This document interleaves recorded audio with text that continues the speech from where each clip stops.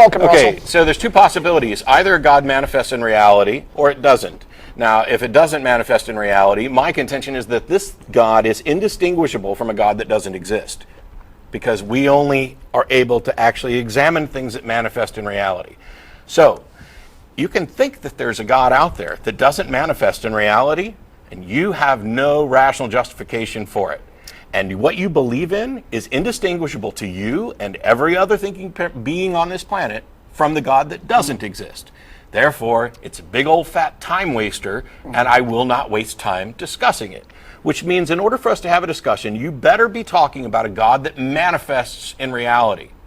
And that by definition, if it manifests in reality, then this is at least theoretically detectable, in which case you should be able to produce evidence. Yes, physical evidence, real evidence. And by the way, every single one of you sitting out there who is a Christian, that's the God you believe in. If you're a Muslim, that's the God that you believe in. If you're a Hindu, well, maybe one or two of them are. Go down the list.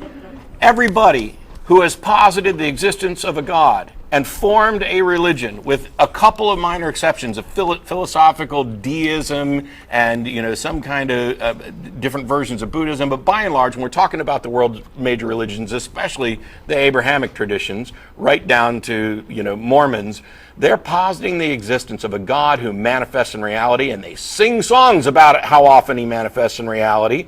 And they make claims all the time about how he manifests in reality. They claim he answers prayers. Answers prayer, heals people, finds your car keys, whatever.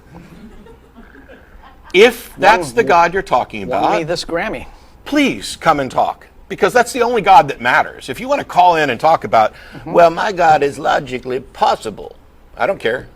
All you're saying is that it's not impossible that there's a being out there somewhere that might qualify for the criteria that I'm putting on the God thing. I care what's actually true, what's demonstrably true.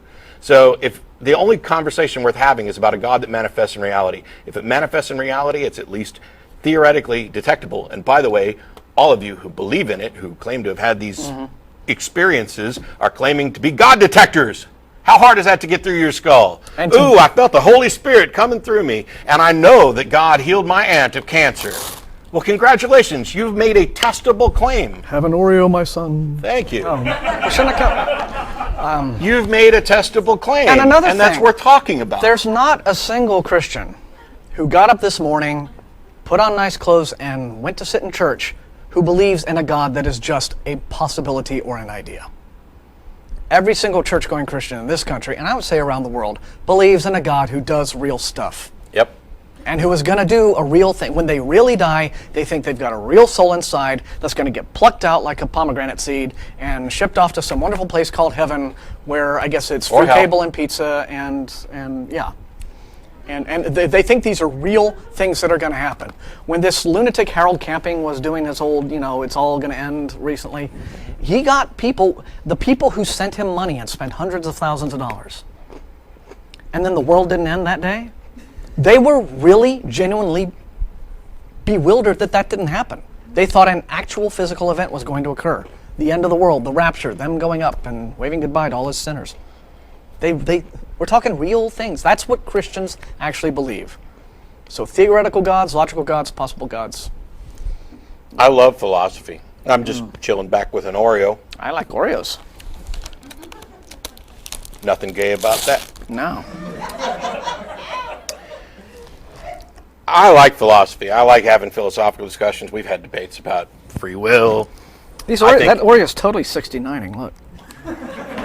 Well, just because you stuck your nose into their bedroom, close that back up. You don't care. You shouldn't be allowed to peek into other people's bedrooms unless they ask you to.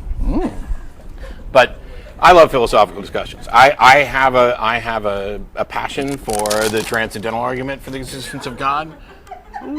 That's going on YouTube. Gotcha. And I love discussions about identity. I think it's incredibly important how we go about determining who we are and what sort of definitions we're going to put on identity. We're going to have big issues in the future that deal with identity, that deal with, maybe not necessarily whether or not we have free will, but how we deal in a world where we most probably don't have free will, or it's an illusion. We're going to have issues related to identity. We're already having all sorts of issues related to other smaller subsets of identity. For years, the intersex individuals have been either had their sex determined by a doctor or raised under one enculturated gender identity. There are people now who fit into every possible category, and some categories we couldn't even have dreamed possible. Mm-hmm. And these are all people, and we're going to have to deal with the interactions there. I love we have big problems coming down the pipe, and religion is standing in the way because it has these archaic black and white, which are mostly wrong, ideas about identity and interaction. In-group, out-group thinking. I'll have debates on tag, and I love the philosophical stuff.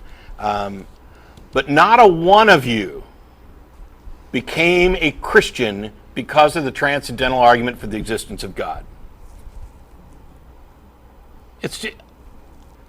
I'm sure somebody will write me or call in and say, "You're wrong, sir. I was an atheist, and it's the transcendental argument for the existence of God that convinced me to be a Christian." Now you're going to get liar! 100 trolls. You are a liar. Yeah. You are absolutely a liar, because first of all, transcendental argument for the existence of God can't get to Christianity. There's 50 people in the chat room right now who are composing that email just to piss you off. I don't care. I can delete emails. My point is this. You believe in something, and you've got some reasons for it. So just call in and say what those reasons are. Why don't people often do that? I mean, granted, we had pretty honest people here today that eventually fell back to the, oh, well, it's faith.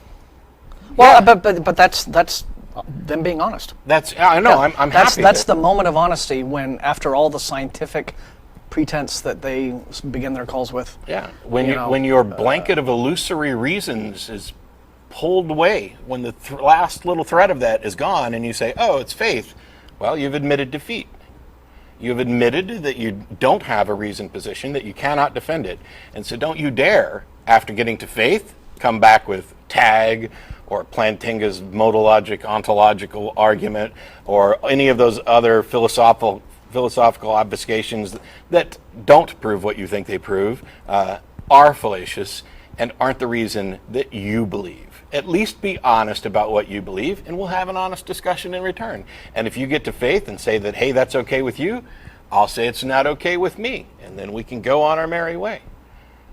I think the big fear is that when other people see you in a conversation where all of your arguments fall by the wayside and you're left with faith, that's why I want to have this conversation. Because those people are now in a position where they get to recognize, do I want to be? Do I want my positions to be based on reason and evidence? Am I okay with faith? Why should I be okay with faith?